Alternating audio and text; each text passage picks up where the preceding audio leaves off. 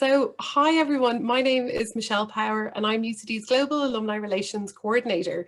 I'm delighted to welcome you to this special UCD Global Perspectives event hosted by our very own London chapter rep, David O Reilly. This session is part of a mini-series supporting the UCD Festival featuring alumni, academics and friends worldwide sharing their stories, ideas and experiences. This series also reflects UCD's Rising to the Future strategy and its 4 strategic themes: creating a sustainable global society, transforming through digital technology, building a healthy world, powering humanity. So as I mentioned, today's session will be led by David, and he'll be chatting to journalist, producer and Ad Astra scholar Amanda. So Amanda has reported for RTE, Channel 4 News, the Irish Times, the Financial Times, BBC Radio 4, CNN and Euronews, and that's just the short list. So Amanda, we're delighted you can join us on this call. Our format's going to be relatively informal. David and Amanda are going to chat for about 25 or 30 minutes or so, and then we'll have a short Q&A afterwards. As this is a Zoom meeting as opposed to a webinar, please feel free at the end as well. We might call you on to ask a question if you wish.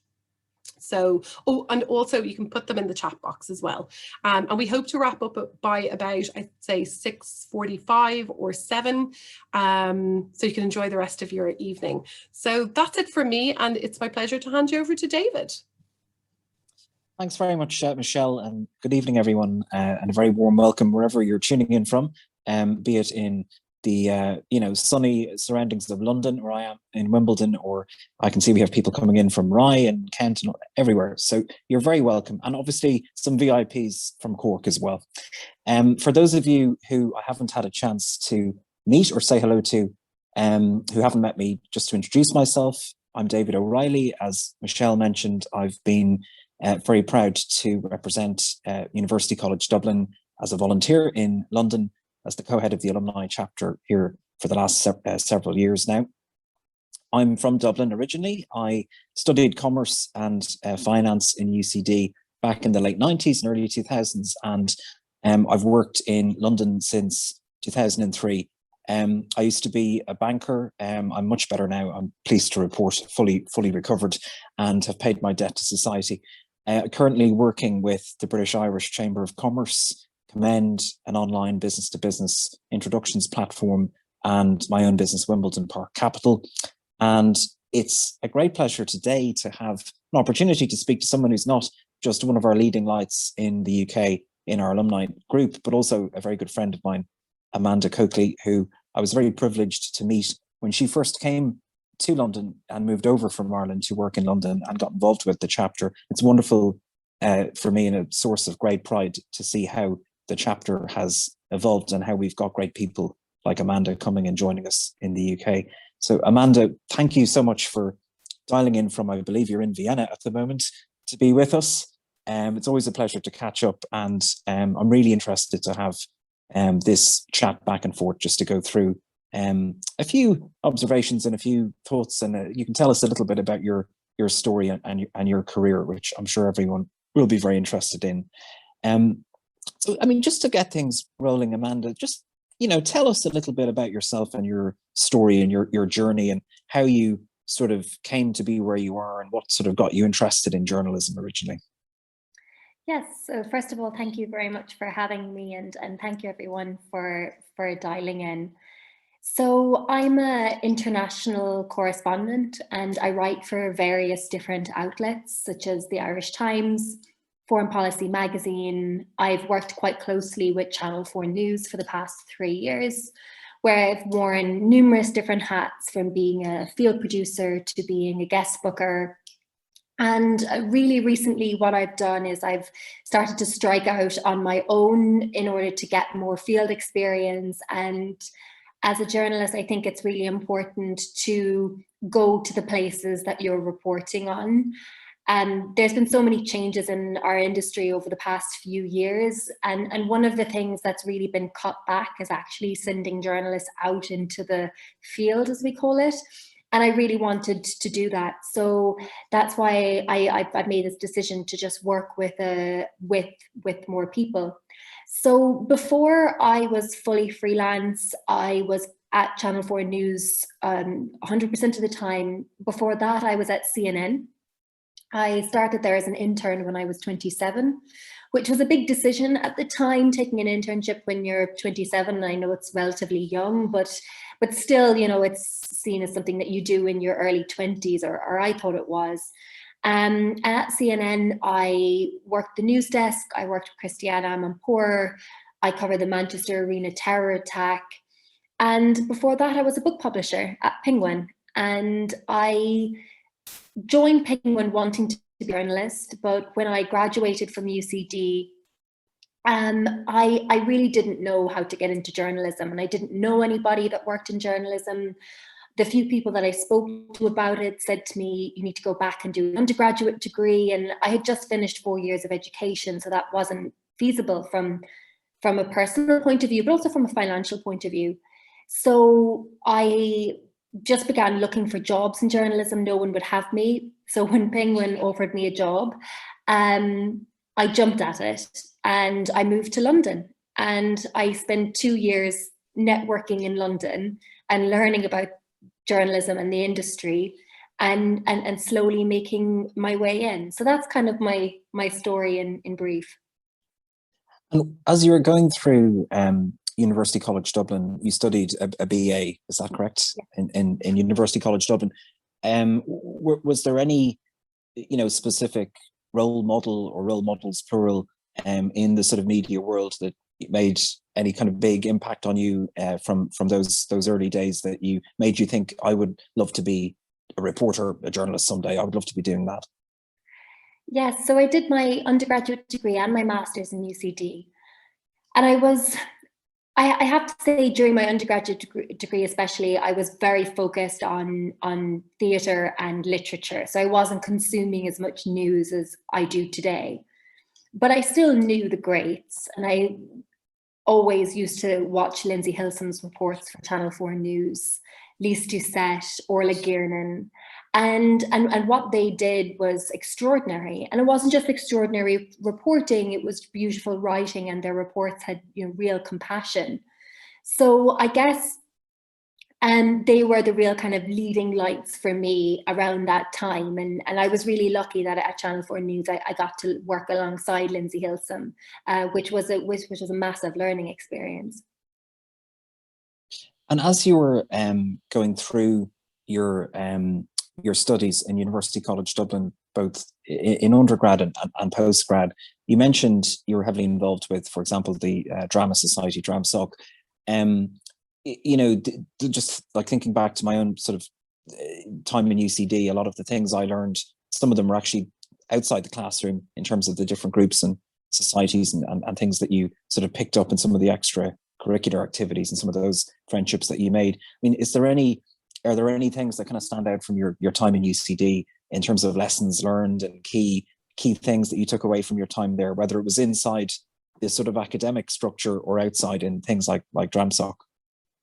Yes, there were so many things I learned at UCD, and I come from West Cork, and I had only been to Dublin a handful of times when I arrived as an undergraduate degree. And as we know, UCD is so big, it can be really daunting.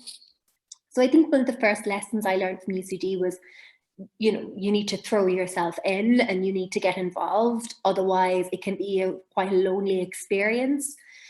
And for me, my community was the Drama Society, and I feel very thankful that I had that experience. And I learned so much, and it was a really creative place. And that was, I think, the other thing that I learned at DramSoc, but also UCD as a whole, was jumping in, but giving, you know, everything a try. There's a great artistic tradition at UCD, and I loved as well how you know, everything kind of comes together there, and you have people in all different parts coming together and create a really vibrant place to be. And as a student, that was really wonderful. And during your time in UCD, were you living near the campus, on the campus, or going back and forth? I was on campus. Cork? Yeah, I was on campus. Yeah. I was in Merville. I think my first and second year, yeah, I was in Merville. So that was great. It was so loud. But it was great. Yeah, no, those were fantastic days, and I think we were both there at slightly different times, but we were both in the arts block. I call it the old arts block, but obviously the commerce faculty that I was in has now moved to the new commerce buildings. But I mean, thinking back to those days, Amanda, and we'll move on to more sort of contemporary times and more recent times in a few minutes. Were there any specific, professors or tutors that sort of stand out in your mind as somebody who you specifically gelled with and whose course you specifically remember? I've got a few of my own favorites from my commerce days, but I'd be very interested to know if there's anyone from your days who kind of springs to mind. Yes, Eamon Jordan was a brilliant professor to have in the department of drama, theatre, or drama, English and film. He just was a real walking encyclopedia about Irish theatre, and I love Irish theatre, and it was just amazing to have these extraordinary conversations. I wasn't even doing a lot of talking. He was doing a lot of talking about the nuances of Frank McGuinness, about the nuances of Brian Friel. He was absolutely fantastic, and we got to go on a trip with him to London. I remember going to the National Theatre in London and just listening to his insights was really brilliant. And as well, Fionnuala Cronin, who was also in that same department, she danced with Pina Bausch. She was a very famous contemporary dancer. And, having someone teaching you, not just, she was teaching us about contemporary theatre and contemporary dance. That was simply extraordinary, just listening to her stories about, working with Bausch and working with that company. And actually, contemporary dance is something that I have a great love of. I'm not a dancer by any means, but any time. That's two of us. I know, it takes two of us. But yeah, those two really stood out for me. Well, and when you graduated, Amanda, sort of walk me through the sort of flow of the steps that took you from UCD to where you are now. So was there a period where you initially worked in Dublin in the media sector and then moved to London, or did you come straight over to London? Because you mentioned you were in publishing and then you had this very interesting career change then into journalism. And I'm really interested to sort of tease that out a bit more, how that all worked for you. Well, as my father says, I really took the scenic route. There was no motorway for me. Yeah. I graduated from my master's. I'll try and keep it short. I graduated from my master's. We have time. I thought for years that I wanted to work in theatre. As we know, I grew up in West Cork, in a local village, Kilmeen. It's host to the annual, it's host to the amateur drama circuit, the All Ireland Amateur Drama Circuit. And that's a huge event in our community when all different amateur drama groups descend on this tiny village, and for 1 week there is a plethora of theatre. And these are extraordinary people who learn these texts at night. You've proper carpenters building amazing sets, and that was like my highlight of my year growing up. And I remember my father would ring the plays that I was allowed to go see with my brother. So I wanted to work in theatre, and I studied psychology as an undergraduate degree as kind of a compromise with my parents. They were very keen for me to do science. I wanted to do something in the arts. So somehow psychology was like a meet between the two. That was kind of our conclusion. And then I got my Ad Astra scholarship to do a master's. So I pushed to do a master's in theatre. But something interesting that I didn't expect happened in that year was I really began to question this decision of working in theatre. And the more kind of literature I read, be it plays or the news, the more I wanted to be involved in the stories of today. And that's not to say that theatre doesn't have stories of today. It does, but for me, I wanted to kind of learn more about the world today. But I think I was very insecure about that ambition. And as I said earlier, I didn't know anybody in journalism. And there was a lot of times when I was like, who am I to work in journalism? Who will have me? And I did speak to a few people that said, you need to go back and do an undergraduate degree. So I was, in Dublin for around 6 months doing a bit of theatre, really realizing it's not for me. Then I moved back to West Cork with no idea what I was doing.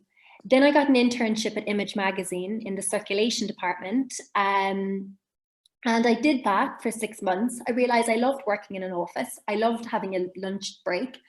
But I realized that working in fashion definitely wasn't the kind of journalism that I wanted to do. So then this was 2014.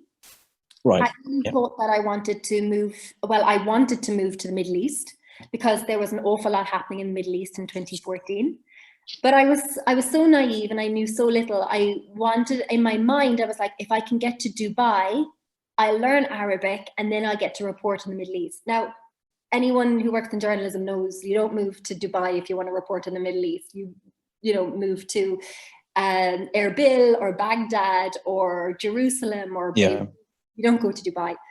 But I got a job in Dubai selling ad space in a magazine, and I was all set to go. But then I was on my way out for a night out in Clonakilty, and I saw this job advertised at Penguin Random House. I put in an application just on a whim. And long story short, within a week, I had that job in London. And I remember thinking like, oh my God, what about my Middle East plan? And I sat down with mum and dad and they said, look, I think it's better if you go to London. It's Penguin, it's this global publishing house, you should go. So I went. And then I said, okay, now I'm in London, I need to try and find my way into journalism. And it took me 2 years of learning about the industry, networking to get into it. I had to build my own network, which was a bit awkward at times. And just kind of making yourself go to things or doing those LinkedIn emails to people saying, will you meet me for a coffee? And I then started studying part-time to do my NCTJ. That's not an undergraduate degree, it's a diploma. And it just used to be the old way that journalists got their qualification. So I got that. And then a friend of mine said, oh, there's this internship at CNN. Why don't you apply? I thought, God, I'm never going to get that. But I said I'd apply. And I got that internship at CNN. And I remember handing in my notice to Penguin with my permanent salaried job saying, oh, I'm going to leave for a 4-month internship at CNN, which was completely mad, but the right decision. And then it was kind of like sink or swim. So I just had to learn how to be a breaking news journalist in London at CNN. And there was so much I didn't know, like all of these big name American correspondents would come into the bureau and they'd all be expecting me to know them, and sure, I wouldn't have a clue. So it was just a massive learning curve. And then that was kind of how I started the journey to where I am today. And then I was working out and about in London. I got to know people from Channel 4 News and they asked me to join the team. And then that kind of brings us up to date. So it was a real hustle and a lot of uncertainty, definitely. And I remember when we first met, you came to one of the University College Dublin alumni events, which, as I recall, and you can correct me if I've got this wrong, but my recollection here is that we were in, I think it was the Porterhouse, and it was quite a large event with multiple university groups, alumni groups from different universities all over the Irish third level sector. And we, I think you had just come over quite recently at that stage, and you sort of got involved with the alumni group in London and sort of got into contact with people, made friends with people. Obviously, we got to know each other and became friends. And what was your experience like? And obviously, I'm very unbiased and neutral about the London alumni network, so be as scathing as you like or as positive as you like, but give us an unvarnished, unbiased view of how that sort of experience was and what you sort of got out of it. Yeah, so the UCD alumni chapter was really useful for me. It was really nice to have a community in London that was there and you had something in common with people. And it was just great to like listen to different people who'd done different things. And that night at the Porterhouse was kind of like my networking break, if you want to call it that. I was introduced to someone and he said, oh, you know, what do you do? And I said, oh, I'm a publisher, but I want to be a journalist. And he said, oh, I know this anchor at Channel 5. And I was like, that's great, you know, good. And he goes, oh, well, I'll put you in touch with him. And I was like, oh, okay, thanks. Obviously not in that tone, but, you know, in my mind, I was like, sure, you know, many people say I'll put you in touch and they don't, or they forget, or the person doesn't reply. So he whips out his, you know, phone and he goes onto LinkedIn and he messages the guy, and I think it was his wife's cousin's husband. And yes, I remember. Yeah, it was quite a convoluted linkage. Yeah, and it was like, hi, I met this girl and she seems quite bright. And then he said, she's very keen to get some work experience because I had no newsroom experience. Can we get her in? And he replied back immediately to say like, oh, it's really hard to get in, you know, what has she done? What journalist experience does she have? And I said he passes me his phone, and I've had around 2 glasses of wine at this stage, passes me his phone, he goes, here, write the reason why you want this work experience. And I was like, oh my God. So I no pressure, absolutely no pressure whatsoever. So I wrote, you know, I'm a book publisher and I publish these books and this is what I want to do and whatnot. And then I get an email a few days later from the news anchor introducing me to the deputy editor of the news program. And then she says, hi, Amanda, got this email. We don't give work experience unless you have prior experience in journalism. And I think this is where my age came into play. I wrote like a nice email being like, thanks so much. And kind of summing up, like, if I don't get this experience, I won't be able to get other experience. Like, it's that classic case of you need the experience to get the experience. And she said, okay, you know, thanks for your email, and review our news program tonight. This was Channel 5 News. And I stayed and worked late and I analysed the news. And she said that was a very good analysis. When can you come in? And I took a week's holiday from Penguin around a month later to go in and do that work experience in the newsroom. But all of that was because of UCD alumni, and someone just decided to whip out their phone on LinkedIn. And then that experience allowed me to kind of get into more places, which was great. It's something which, you know, I'm very proud of, that we were able to play a role in your journey. And, you know, it's not always the case that we can do exactly that in a structured way for every single person. But what we do achieve, I think, and I hope we have certainly done it in your case, and what I'm planning to do a lot more when we can get back to doing in-person events again in London and elsewhere, is to replicate that for many others. And one of the things which, to digress, if I may, just for 1 minute, while it's very fresh in my mind in this conversation, one of the things which I'm always at great pains to explain to people coming over to the UK who want to be part of the alumni network here is, it's not all purely financial services professionals. Sometimes, you know, people have mistakenly thought it's purely for people who work in the city in finance. It is not. It includes media, fashion, pharmaceuticals, engineering, science, the whole sort of A to Z of industries and professions. And the media profession and journalism is an area where Irish people like yourself have made and are continuing to make a massive impact. There's so many Irish people in the UK media scene. It's like the Irish mafia over there. You know, every newsroom. Absolutely. I think as I do these sort of UCD interview events, Amanda, I'm starting to almost stray into the media world myself in my own small way, a very modest way, you know. But just to go back to the sort of the career change that you went through. So, I mean, was there any massive difference, or differences plural, that you can sort of think of, you know, between moving from publishing into media? Was it a very, you know, structured world suddenly into a very rapid moving world? You know, what was it like moving from Penguin into CNN? Oh God, it was a baptism of fire in every way you could possibly imagine. So Penguin Random House in London is a wonderful company to work at, and it's a really relaxed environment. And, you know, you start work at 9:30, you have an hour's lunch break, everyone takes their lunch break, you finish work at 5, 5:30. Sometimes we'd even push our hour to an hour and a half for lunch and go to the gym. You know, it was really lovely. And that's not to say everywhere else that I've worked isn't lovely, but it was very calm. And a tight deadline at Penguin was around 6 months.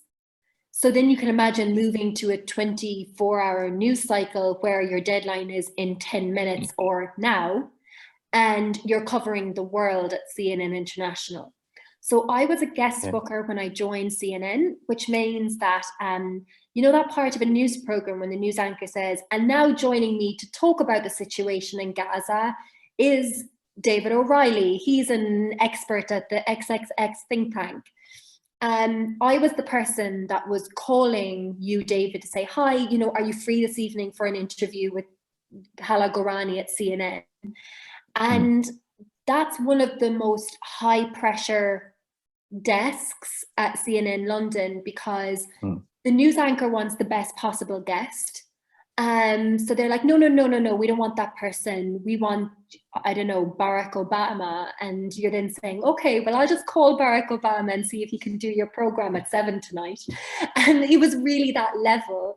And there's so much pressure. So it wasn't just learning about US politics. It was like you had to be an expert if news broke in Indonesia. You had to have ideas for people in Indonesia. So the people there were lovely. I was given, as much training as I could get. But I remember my day would start. So for the first 4 months, I did 9 to 5, which is very unusual. But then I started doing shifts. And the desk closed at around 10 o'clock. So it wasn't overnights. I've never had to do overnights, which is great. But it was, I remember getting up at around 5 a.m. or 5:30 a.m. every morning and reading the newspapers from front to back. And I had a notebook of names of people that I would add to my notebook, which was broken down into different countries in case news broke in those places. So I think I had and this was by choice. After I finished my internship, I was then freelance at CNN. And I think I worked 3 months without a day off. That was my decision. I wasn't made work 3 months without a day off. And I think I maybe overdid it a bit. But it was that pace. So it was completely different to publishing. But then it was really funny. Working in publishing kind of gave me an advantage, because most big journalists want to write a book. So, and they don't know how to do it. So they would kind of come to me and be like, oh, how do I write this book? And of course, I didn't. I had left. I couldn't help from that perspective. But it was a massive change. When you moved from publishing into journalism, did you find that suddenly the journalism work just became an all-consuming beast that left you with very little free time to look after yourself and have a life outside of work, because it is very 24/7, and events happen without reference to the fact that you might have planned to meet somebody for dinner or to meet a relative for lunch. It just, if the big story breaks, it breaks. Did you find it was quite tough to manage your private life and you're having a break with the demands of the job? Yeah, and I did. Like, I guess there was a few things driving it. Because I was a bit older than all the other interns, I felt this great pressure to kind of make up for what I perceived to be lost time. So I was very much like, okay, I need to work 6 times harder than everyone else, because I didn't study journalism. Many of them had gone to City University, which is a very prestigious university for journalists, or Columbia University in New York, and had done the journalist program there. So I felt like I've got to really catch up because I'm behind. So I was pushing myself as hard as I could. But it was a massive change, and it was all consuming. And I learned some hard lessons during that time, definitely, to know when to say no to people. And it was actually an editor at CNN's news desk said to me, this job can kind of consume your whole life if you let it, and you need to be careful. You need to get into some other habits. But then as well, like, I'm from a family that works very hard. So like, kind of hard work doesn't scare me, but definitely, I was very rarely in my apartment. I was usually in the office. I was dreaming about work. you know, it was weird having a day off. Like, and I lived like that for probably a year and a half. And then it changed when I moved to Channel 4 News, because there's only one program during the day, and the way it worked was slightly different. And can you give us some examples of who you worked with when you went to Channel 4? I believe you worked with Jon Snow, is that right? I did, and yeah. Some other people. I sat across from him for 2 years. So I was the person that would get all of Jon's guests, and I would brief Jon on who the person was, why we were talking to him. I would chase Jon down in the newsroom because he's always so busy. I would chase. Easy to spot with the bright ties, though, right? Very easy to spot with the bright ties. Arguably one of the nicest men that you could work with. So I worked with all the news anchors very closely, because I was a good guest booker. I started at CNN or at Channel 4 as a guest booker. So I worked with Jon Snow, Matt Fry, Kathy Newman, Christian Gurumurthy and Jackie Long quite well. And then when I began to move into general producing, I worked very closely with Pádraig O'Brien, and I loved working with Pádraig. And I also feel really lucky that I got to produce as well Lindsay Hilsum once on a story about Yemen, which was kind of a really, I didn't go to Yemen, we did it from London. And I just remember being so nervous that I was going to get something wrong, or you know, I was kind of reading in the bathroom, I think earlier that morning. But I worked with nearly all of the correspondents there, which was fantastic. But also with the foreign editor Liliane Lindor, and with the home editor at the time Emily Wilson, and it was great to learn from them too. And have you been able to travel to far-flung destinations as part of all your different work? I know you're in Vienna at the moment, but just going back over that, you know, obviously COVID's made things a little bit trickier.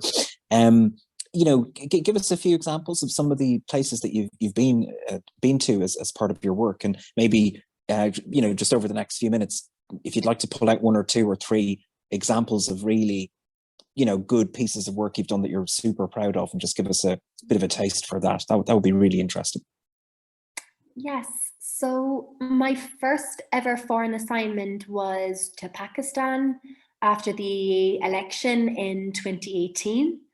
And that was, I had always wanted to go to Pakistan. So I was so consumed by news, but there were certain parts of the world that I was really interested in. So I somehow managed, and I to this day will never quite understand why me. The High Commission in London selected 4 journalists in the UK to go to Islamabad to interview Imran Khan after he won the election. And because they were really controlling who had access to him, and they wanted to kind of parachute people in, because they always think that people who parachute in don't have the same knowledge as people who work there full time. And in many ways they're right. You know, when you're parachuting in, you're always missing some of those nuances. But for me, I went on that trip with 3 real veterans of British journalism. And they were like real titans. Like, they had covered like everything from, you know, all throughout the like 80s, 90s, early 2000s, everything. And there was Amanda Coakley from West Cork on her first foreign trip. So that was again a huge learning curve, and interviewing Imran Khan was quite a surreal experience. And then I published my interview with The National. And then when that interview came out, basically Khan said that Pakistan was desperate for money, and he was on his way to Saudi Arabia to basically ask for more money. So I wrote, you know, Imran Khan says he's desperate. The words he used is desperate. And then that made its way into Pakistani media, and they were all like, this is disgrace. Our prime minister is talking about our country like this. And then his chief advisor said, oh, no, there was no interview that took place. That was a book launch. And then I took to Twitter to say, you know, this isn't true. This is a picture of you, me, and Imran Khan in the room. And then all hell broke loose. And there was kind of, I was all over Pakistani media for at least a week. And that was, you know, I did the right thing. They can't say that this didn't happen because they didn't like the outcome. And obviously, I did that tweet and didn't engage with it anymore. So that was the first. And then I went to Colombia on a Simon Cumbers fund. And that was to cover the Venezuelan migrant crisis there. And that was a very challenging story to do. And it was a time when the border between Venezuela and Colombia was quite tense. Then I did a story in Bosnia that I really loved. I have a great love of the Balkans. I'm just back from Croatia, which is another brilliant country. Fantastic. It's really, the people are extraordinary as they are in Bosnia, but I did a story in Banja Luka, which is part of Republika Srpska, and Sarajevo. And then in the last few months, I've been to Nagorno-Karabakh, which is this contested land between, well, it's officially part of, or internationally it's a part of Azerbaijan, but there's a group of ethnic Armenians that wanted to become part of Armenia, and they had a war in the end of September until early November, and I went to cover that. And I think I was very proud of my output from that time, especially the pieces I did for the Irish Times. And, you know, you always get criticism these days on social media. Like, you never write a piece and everyone's universally like, what outstanding work this is. People always criticize. But I got more kind of nice comments saying that, you know, I did a good job at capturing not just the complexity of the crisis, but also the kind of nuances of the story. And it's a really difficult story ever covering something like contested land, because it's always a question of how far back do you go, and people find history. So as a reporter, it's difficult to kind of bring in the history, bring in what's happening now, and then stay neutral in that scenario in terms of whose claim to the land is right, but then you know, represent the truth of what's happening in this war. So I was quite proud of that. And then in early this year, I went to Burkina Faso in West Africa. It was my first time in West Africa. And that was to cover the crisis in the Sahel. And there's around 2 million people displaced in Burkina Faso. So it's a really big crisis for the country. So that's kind of it. It's really been all over. But I'm in the process of developing a focus.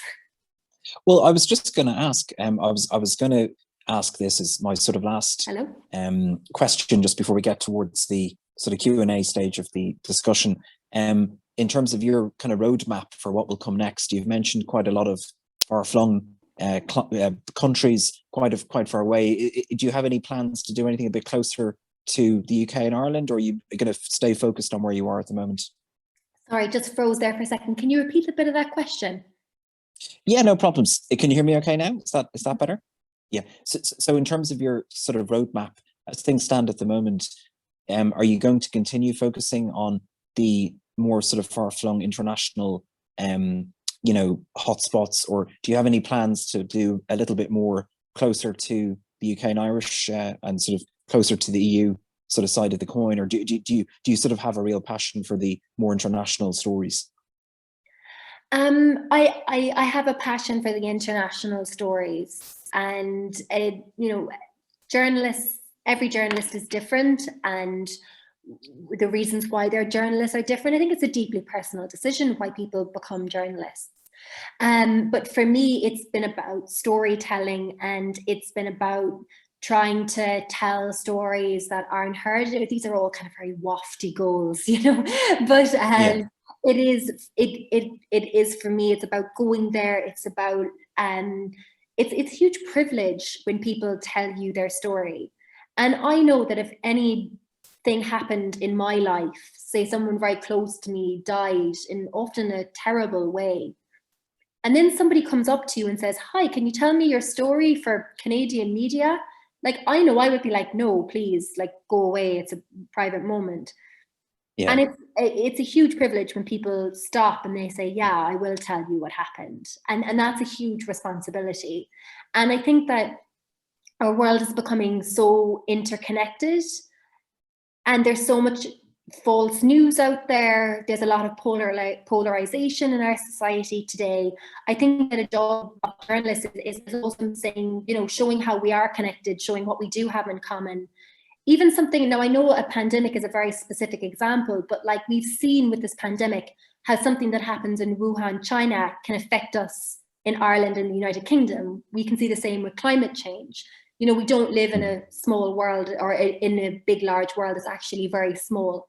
And there's a lot of things that I find some universal traits that are there in every community. It's, you know, you can get the same hospitality in West Cork as you can in Islamabad or in Stepanakert in Nagorno-Karabakh, in Istanbul, and that's kind of something that I feel like is really important to tell people about that. Absolutely. But I know that's all very lofty, and everyone's like, God, but you know, it's yeah. No, but I think, you know, you have a genuine passion for the work, and you know, as you say, you're speaking to people at what is quite often a very delicate moment in their lives, and there's occasionally real danger involved, including for yourself, depending on where you are and the situation you're in. It can get quite hairy, to put it mildly. So, you know, you're really at the cutting edge of world events as they're happening in real time, and you need to have the empathy to be able to get people to speak to you and tell you their story at what can be, I imagine, quite a tricky time for them. And also you need to safeguard your own safety at the same time as you're trying to focus on them and make sure that you're sort of absorbing their story. I'll probably just pause it there, Amanda, for the time being, and maybe I'll pass to Michelle. I've got one or two questions still, but just looking at the time, we're in very good shape on the timing front. But Michelle, would you like to maybe feed through one or two questions from the sort of chat room, if anyone has any specific questions? And very happy to pass over to you. Thank you. Yeah, no problem at all. And actually, I have a question myself, Amanda. You're so accomplished. Not a question, that's a statement. But in the context of that, do you think you've gotten better at dealing with imposter syndrome? Because it sounded like earlier on in your career, you're like, oh my God, it's so intimidating, isn't it? Being around the likes of journalists like Jon Snow, you're like, this person is sitting across from me. But no doubt you deserve your place at the table. Have you any tips or advice on that? Oh goodness, like I still feel it all of the time. And the one thing that really helped me actually is working with some of the big name journalists in these newsrooms. A lot of them are actually really insecure. And it's really interesting working with them in high pressure environments where you would think that they're really like, this is what we're doing, and this is what we're doing, and this is how we're doing it. Really, they're like, is that the right thing to do? You know, and that for me has kind of been a comfort to be like, actually, okay, everyone does have their doubts. Some people are better at masking it than other people, but it depends what job I'm doing.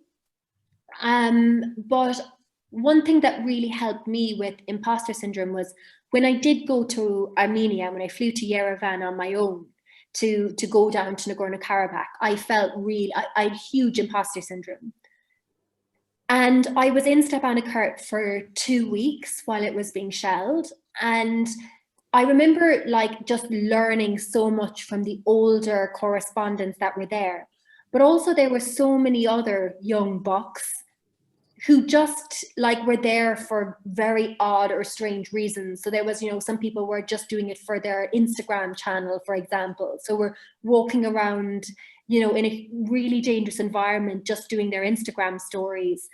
And then there was other, you know, people who were just chancers, you know, and they were pitching the New York Times, the Washington Post, the New Yorker, and they were saying, you know, I can do it. And that for me was like, okay, you know, I can do this. If they can do this, I can do this. But I definitely feel it all the time, and I'm getting better at it, I think. But I think that it is an advantage in life to grow up being told by everyone around you that you're special and your, you know, opinions deserve to be heard. Mm-hmm. I grew up in a supportive environment, of course, but in Ireland we don't really have that tradition.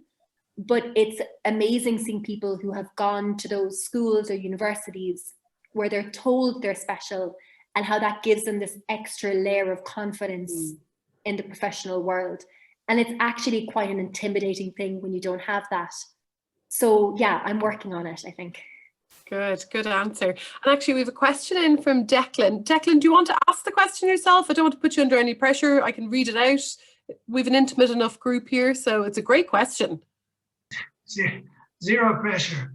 Not at all. It's really, from my own experience, I'm in the specialist nutrition world, and I see coverage in the Daily Mail, for instance, and it's anything but what traditional journalism is, which is to try and inform the reader from both sides of the story. So my question is, how bad is it in your experience, and what is the legacy of what's it called, the alternative facts world of Mr. Trump? Fake news. Good question. It's so I think that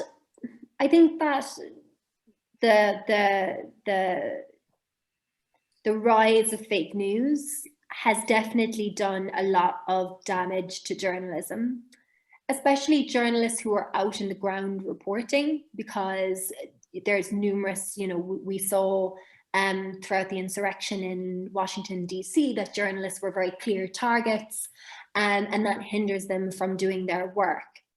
I think that it is a community effort in journalism, I think, to take stronger stances. So, like Society of Editors and whatnot, to push back against publications that are clearly publishing mistruths, but not just mistruths. It's also like sensationalized stories.